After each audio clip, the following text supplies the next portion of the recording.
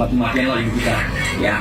Jadi hati-hati juga kalau nanti terus-terusan ya di framing, dibalikan, diputerbalikan sesuatu yang nggak benar yang membuat klien kami terus menangis, yang anak-anaknya melihat, anak-anak juga makin tidak sayang nanti dengan orang yang memojokkan klien kami. Saya tidak bilang siapa ya, tapi anak-anak ini pasti akan membela ibunya. Dan kalau tahu yang memojokkan adalah A ya, pasti anak-anak juga tidak akan pernah bisa sayang dengan A gitu. Ya, jadi tolong sudahi ya.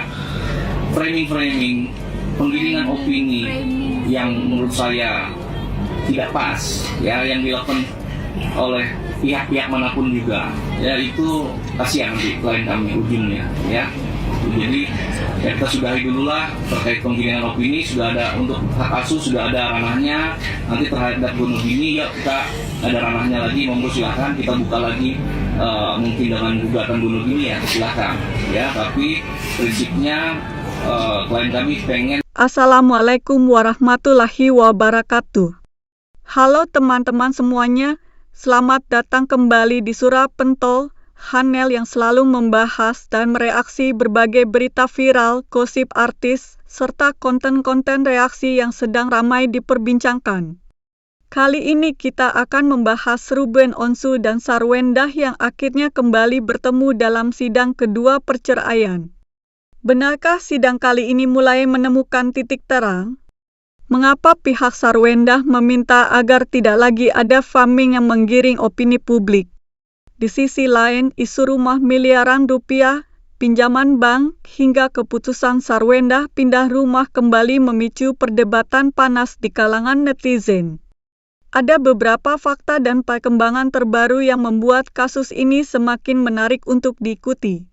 Tonton videonya hingga usai, karena saya akan memberikan komentar cukup panjang di bagian akhir video. Yuk kita tonton videonya. Hidup tenang. Ya sama, ya. Ruben juga pengen hidup tenang. Jadi kembalikan lagi ke publik bisa melihat ya. Ruben juga pengen yang memberikan narasi-narasi terus-menerus gitu ya. Saya ditanyakan tujuannya apa sih? Kalau tujuannya demi turuti Sarwendah, Ruben Onsu rela keluar miliaran hingga pinjam bank untuk renovasi rumah. Disclaimer dulu, gue cuma ngerangkum dari berita viral. Buat warga-warga gue yang mager baca cikidot. Warga-warga sini pada kumpul ya. Ada drama baru nih soal rumah tangga Ruben sama Sarwendah. Gue kasih tahu nih pelan-pelan buat kalian semuanya pada paham. Lewat pengacaranya, Ruben bilang kalau rumah yang sekarang ditempati Sarwendah dan anak-anaknya itu dibeli pakai hasil kerja kerasnya dia. Bahkan nih sertifikat juga atas nama Ruben. Yang bikin heboh kata pengacaranya, renovasi rumah itu dilakukan karena keinginan Sarwendah.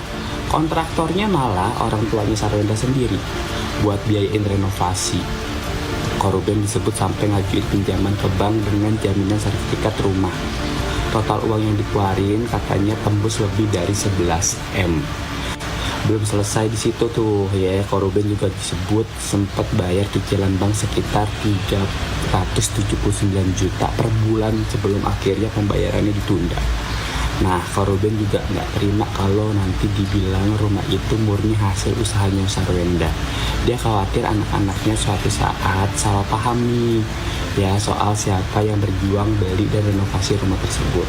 Tapi ingat nih, semua masih berdasarkan pernyataan dari pihak Ruben aja, lewat kuasa hukumnya tentunya. Sampai sekarang belum ada tanggapan dari pihak Sarwendah sama sekali. Ya, kalau menurut kalian nih warga-warga nih, rumah itu harusnya jadi hak milik siapa nih? Tulis pendapat lo semua, jangan pada mager semua, udah lo pada mager baca ya, mager juga komen, buruan. Nah, akhirnya Sarwendah ini dikabarkan pindah rumah. Itu keputusan yang keren banget sih. Memang awal permasalahan ini kan akarnya kan emang dari rumah yang terlalu besar dan terlalu mahal, sampai tunggakannya itu bikin pusing semua orang ya kan. Terus sampai ada yang bikin video lah di rumahnya. nge-live lah di rumahnya. Itu gara-gara rumah. Emang udah pas banget kalau dia ini sebenarnya pindah Sarwenda. Ya emang rumah itu nggak perlu yang besar-besar, nggak perlu yang gimana-gimana, yang biasa aja. Yang penting kita nyaman, anak nyaman gitu. Anak-anak bisa sekolah dengan tenang, bisa tidur dengan tenang, nggak ada rusuh-rusuh. Kayak gitu. Justru dengan dia pindah seperti ini, anak-anak kan juga lebih tenang gitu kan, nggak diusik-usik gitulah. Karena emang rumah itu sebenarnya kan haknya mantan suaminya. Ya pasti akan dipermasalahkan gitu kan. Ya berarti dibalik cerita-cerita yang gunung kaul lah, yang ini itulah, ternyata Sarwenda ini good mom juga kok. Perlu diapresiasi dengan keberaniannya ini dia pindah. Wiwi kan udah pindah tuh. Terus apa hubungannya sama gue kalau dia pindah? Kok tiba-tiba gue yang dimarah-marahin? Kok gue yang dikata-katain? Kok gue yang Wiwi, ngajarin tuh buat pengikut-pengikut lo. So paling bener, so paling suci. Cih, najis. Coba kita bergosip dulu. Tentunya ditemani dengan kopi hitam.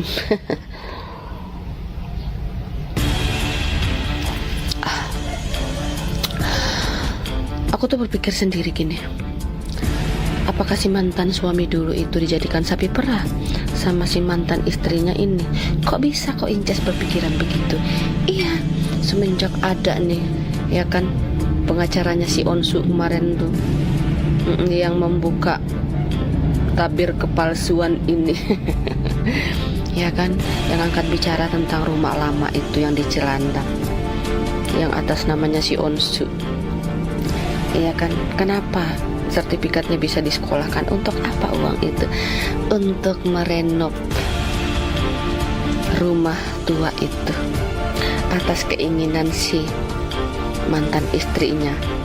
Sampai belasan miliar loh itu keluar itunya, uangnya itu setelah disekolahkan sertifikatnya itu. Bayangkan, ya kan, saking tinggi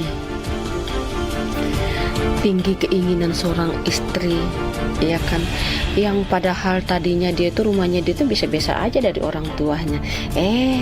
Setelah menjadi istri seorang artis besar, artis ternama, artis kondang yang tak pernah redup. Jadi dia seleranya udah selera tinggi kayak gimana gitu. Harus dong, gua kan istrinya seorang artis besar nih, nggak mungkin lah rumah ini bla bla bla. Jadi rumah ini tuh harus mentereng, harus wow, interiornya harus serba mahal. Gitu. Bayangkan si Onsu transfer uang tuh setiap bulan 250 juta selama 64 kali. Di total ada belasan miliaran. Miliaran loh itu eda-eda. Bukan jutaan seperti uang-uang yang dikasih sama suami kau ratusan ribu, bukan, miliaran. Just miliaran. Miliaran itu. Iya. Itulah seluk-beluknya kenapa sertifikat itu disekolahkan. Ya kan, sampai sekarang disekolahkan ke S1. Ya, itu karena gaya hidup yang mentereng, yang wow dari si mantan istrinya itu. Iya, kalau suami mah selama masih kerja masih bisa bayar, oke-oke aja, namanya juga istri yang disayang saat itu. Ya kan? Itu loh kenapa bisa di sekolah, ya kan, sertifikatnya itu. Dan ya kan, nggak mungkin sertifikat itu ya kan lolos sekolahnya masuk itu kalau tidak ada tanda tangan atau persetujuan dari pendamping. Iya kan. Lalu sekarang giliran menunggak, nggak ada dia mau bayar dikit-dikit, nggak ada dia mau bekerja sama. Iya kan. Belum juga bayar kontraktornya. Siapa kontraktornya Inces? Ya digadang-gadangkan itu ayahnya dia sendiri. Yakin itu nggak dikorupsi Inces? Diam aja. Iya, pura-pura nggak tahu aja. Terus ya kan, belum uang nih per bulan untuk anak-anak, belum uang belanja, uang bayar pembantu ini itu belum. Iya kan? Bayangkan 1 bulan dibayar itu KPR itu 300 juta. Mampu suami kalian begitu? Mampu suami kalian yang tidak cong itu tuh mampu mewujudkan keinginan istri-istri yang terlalu yang terlalu keinginannya wow gitu loh. Ya kan, yang terlalu serba harus mahal. Mampu suami-suami kalian? Nggak mampu, hanya si Onsu yang dibilang Chong aja yang mampu. Gitu loh. Ya kan, fantastis itu. Terus pikir hematku ini kan, apakah suaminya ini dijadikan sapi perah ya? Apakah ini sengaja diperas ini? Ya kan? Itu pikiran kita normal itu kan. Normal itu kalau kita berpikiran begitu. Karena kita tidak mendapatkan suami yang seperti itu. Kita minta uang bulan sama suami aja itu kalau lebih dari misalnya lebih dari biasanya itu udah ngamuk-ngamuk dia, udah pertanyakan kemana uang ini, kenapa cepat sekali habis itu uang, aku kasih uang kemarin tuh segini jutanya. Tapi kan gitu kan suami-suami kita. Tidak seperti suaminya dia yang tidak banyak job, enggak. Lalu sekarang setelah mendapatkan si Chong yang satunya, suami dihina, ya kan, lupa tuh kemarin tuh, ya kan, pengorbanan seorang suami sah atau mantan suami, lupa dia. Sampai kebun binatang lah keluar, sampai kata Chong lah keluar. Itu yang bikin netizen geram kemarin itu. Oh iya Inces itu, iya itu loh. Ngopi dulu Inces. Itu makanya giliran sekarang si mantan suami sudah stop pembayaran. Ribut dia, katanya enggak, inilah sudah enggak mampu lah, apalagi eda-edanya bilang udah enggak mampu lah, banyak hutang lah, bla bla. Bukan banyak hutang, itu teknik menghilangkan rumah. Biar salah satu diantaranya nggak usah dapet gitu, teknik itu. Aku pun ya kan, kalau ada di posisinya mantan suami, ya ngapain aku bayar, yang enak dia, ya kan, biar dia aja yang bayar gitu loh, pikiran hemat kita, ya kan. Tapi eda-eda menggoreng. Ya karena kebanyakan digoreng, dari eda-eda gosong lah beritanya, langsung pindah rumah. Pindah rumah. Iya, terus dalam pindah rumah itu banyak netizen yang menggoreng lagi. Katanya, oh pindah rumah karena sudah tidak mampu bayar listrik, pembantu, uang plastik sampah, terus uang burung, sarang burung, ya kan, banyak lah. Ya kan, itu karena kesalahan eda-eda yang menggoreng dan terlalu membela yang salah. Ya kan, ujung-ujungnya pindah juga itu majikannya. Syukur alhamdulillah. Baguslah, nggak usah berada di rumah itu, biarkan rumah itu tuh diambil sama bank kayak apa gitu, atau si Onsu lunasin terus dia jual aja itu rumah, karena rumah itu tuh banyak kisah-kisah yang nggak bagus. Ya kan, kita lanjut ngopi dulu. Jadi itu kisahnya rumah itu. Iya kan, itu kisahnya, sehingga sertifikatnya bisa disekolahkan karena egonya, karena cara hidupnya pengen terlalu yang wow dilihat sama orang. Bayangkan artis-artis yang kesana itu melongo tuh ngelihat rumahnya mereka itu, saking tinggi seleranya si perempuan ini, padahal dari orang tuanya itu rumahnya biasa aja itu. Terus bahkan nih bapaknya dia nih, mantan suami yang gaji. Itu loh faktanya. Teman-teman, setelah kita menyaksikan seluruh video tadi, sekarang izinkan saya menyampaikan pendapat saya secara pribadi. Perlu saya tegaskan terlebih dahulu bahwa apa yang saya sampaikan ini adalah opini saya sebagai seseorang yang sedang mereaksi sebuah tayangan. Jadi bukan untuk menyatakan siapa yang benar atau siapa yang salah, melainkan bagaimana saya melihat persoalan ini dari sudut pandang pribadi. Kalau saya melihat perkembangan kasus Ruben Onsu dan Sarwendah ini, saya merasa bahwa persoalan mereka sudah terlalu lama menjadi konsumsi publik.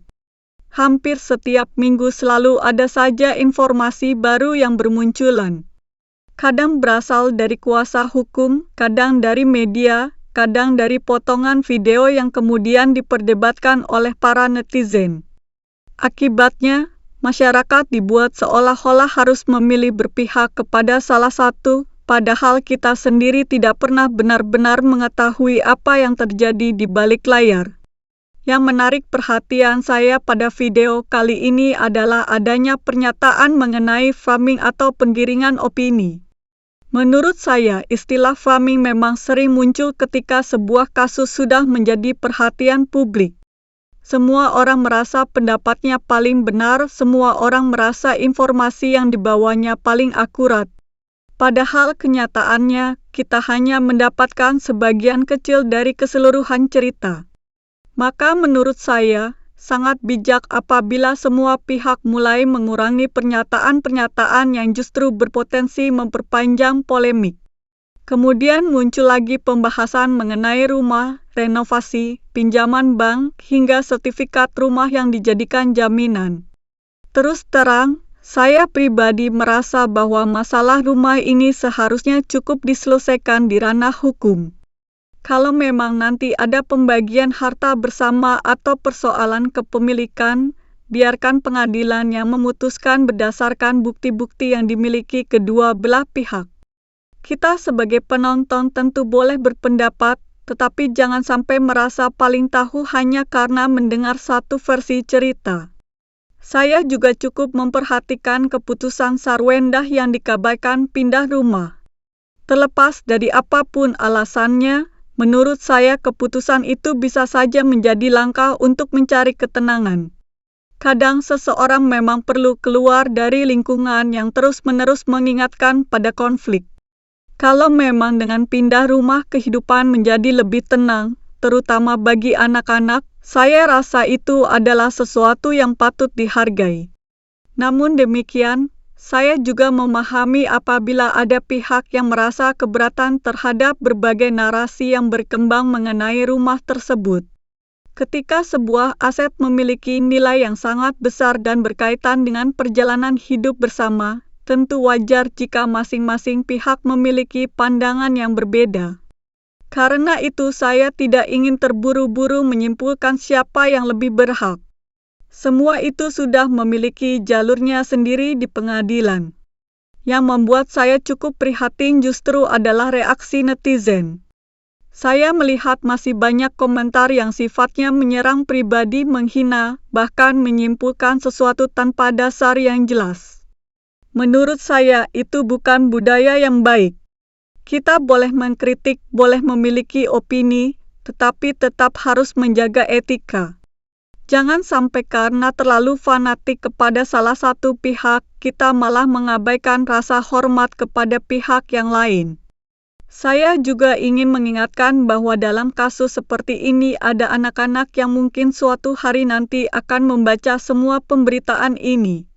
Bayangkan kalau mereka melihat berbagai komentar yang saling menghina orang tua mereka.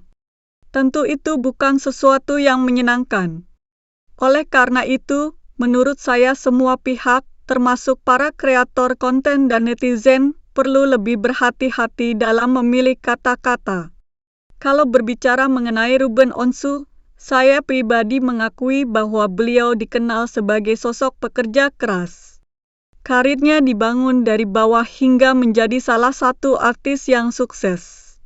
Tetapi itu bukan berarti setiap pendapatnya harus dianggap benar. Begitu pula dengan Sarwendah. Saya juga tidak ingin langsung mempercayai semua tuduhan yang diarahkan kepadanya tanpa adanya keputusan hukum yang jelas. Bagi saya, setiap orang tetap memiliki hak untuk menyampaikan pembelaannya. Saya berharap proses persidangan ini benar-benar menjadi jalan untuk menemukan penyelesaian terbaik. Bukan hanya untuk kepentingan kedua belah pihak, tetapi juga demi masa depan anak-anak mereka. Karena pada akhirnya, sebesar apapun konflik yang terjadi, anak-anak tetap membutuhkan kasih sayang dari kedua orang tuanya. Menurut saya, masyarakat juga perlu belajar membedakan antara fakta dan opini. Kadang sebuah opini disampaikan dengan sangat meyakinkan sehingga terdengar seperti fakta. Padahal belum tentu demikian. Oleh sebab itu, saya selalu mengajak teman-teman untuk tidak langsung percaya pada satu sumber saja. Dengarkan berbagai sudut pandang, kemudian biarkan proses hukum yang memberikan keputusan akhirnya. Kalau saya harus menyimpulkan video hari ini, saya melihat bahwa sidang kedua ini memang memberikan sinyal adanya perkembangan baru. Kedua belah pihak mulai menyampaikan sikap mereka dengan lebih terbuka. Namun saya rasa perjalanan kasus ini masih cukup panjang. Masih mungkin akan muncul fakta-fakta baru yang belum kita ketahui saat ini. Karena itu, saya memilih untuk tetap mengikuti perkembangannya tanpa terburu-buru menghakimi siapapun. Saya lebih memilih menunggu keputusan yang benar-benar memiliki dasar hukum daripada ikut larut dalam perang opini di media sosial. Nah, sekarang saya ingin mendengar pendapat teman-teman. Menurut kalian, apakah sidang kali ini benar-benar sudah mulai menemukan titik terang? Atau justru masih akan muncul babak-babak baru yang lebih mengejutkan? Silakan tuliskan pendapat kalian di kolom komentar, tetapi ingat, tetap gunakan bahasa yang santun dan saling menghormati. Kalau kalian suka dengan video seperti ini, jangan lupa tekan tombol like, subscribe untuk mendukung channel Surap Pentol, aktifkan lonceng notifikasi agar tidak ketinggalan video-video terbaru, dan bagikan video ini kepada teman-teman kalian supaya kita bisa berdiskusi bersama. Saya pamit undur diri. Terima kasih sudah menonton sampai selesai. Wassalamualaikum warahmatullahi wabarakatuh.